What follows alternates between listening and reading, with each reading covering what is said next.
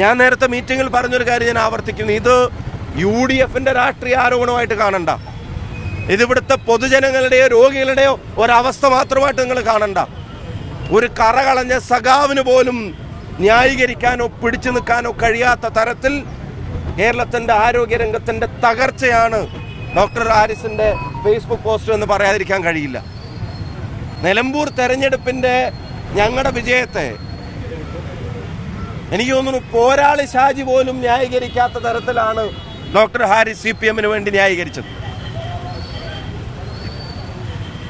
P ജയരാജന്റെ red army പോലും ഗോവിന്ദമാഷിനോട് നന്ദി പറയുന്ന പോസ്റ്റ് ഇട്ടപ്പോഴും സ്വരാജിന്റെ പെർഫോമൻസ് ആണ് ഏറ്റവും മികച്ചതെന്ന് പറയുന്ന, UDFന്റെ കൂട്ടുകെട്ടിനെ കളിയാക്കുന്ന, വിമർശിക്കുന്ന, സർക്കാർ ചട്ടങ്ങളെ ലംഘിക്കുന്ന, ഏറ്റവും മികച്ച ട്വിസ്റ്റായിട്ട് 66,000 വോട്ടിന്റെ സ്വരാജിന്റെ വോട്ടിനെ കാണുന്ന ഒരു കറകളഞ്ഞ സഖാവ്.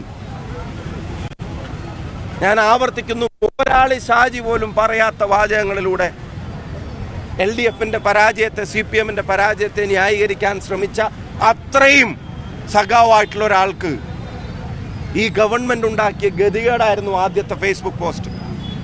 അതിനെതിരായിട്ടുള്ള ഗവൺമെന്റിന്റെ പ്രതികരണത്തിൽ നിന്നുണ്ടായ നിരാശയിൽ നിന്നാണ് ആ പോസ്റ്റ് പിൻവലിച്ച് അദ്ദേഹം ഇട്ട ഫേസ്ബുക്ക് കുറിപ്പിൽ അവസാനം പറയുന്ന വാചകം, ജീവിച്ചിരുന്നിട്ട് എന്താ കാര്യമെന്ന്.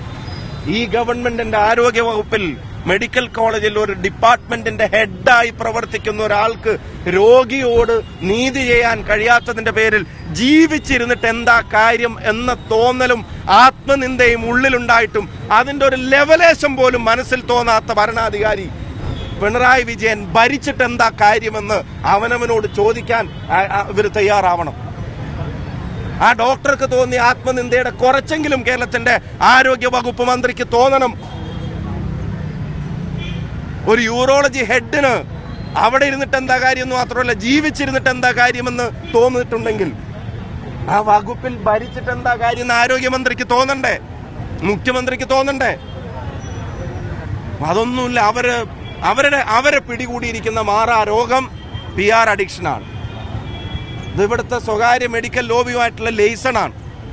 ഗവൺമെന്റ് നേതൃത്വം നൽകുന്ന ആളുകൾ ഒരു കാരണവശാലും ജനങ്ങൾക്ക് നീതി ലഭിക്കുന്നില്ല. ഞങ്ങൾക്കിതൊരൊറ്റ സമരത്തിന്റെ വിഷയം മാത്രമല്ല, ഞങ്ങളിത് പറയുമ്പോഴും ഇവിടെ രോഗികൾ വന്ന് മടങ്ങിപ്പോവുകയാണ്. നാളെ ഇവിടെ രോഗികൾ വരും.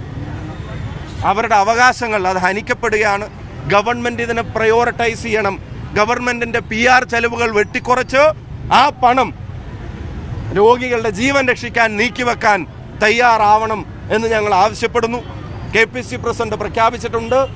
അത് ചെയ്യാത്ത പക്ഷം, അങ്ങനെ ഒരു നിലപാട് ഗവൺമെന്റിന് ഇല്ലാത്ത പക്ഷം ഈ പ്രതിഷേധം ഒറ്റ സമരം കൊണ്ട് അവസാനിപ്പിക്കില്ല.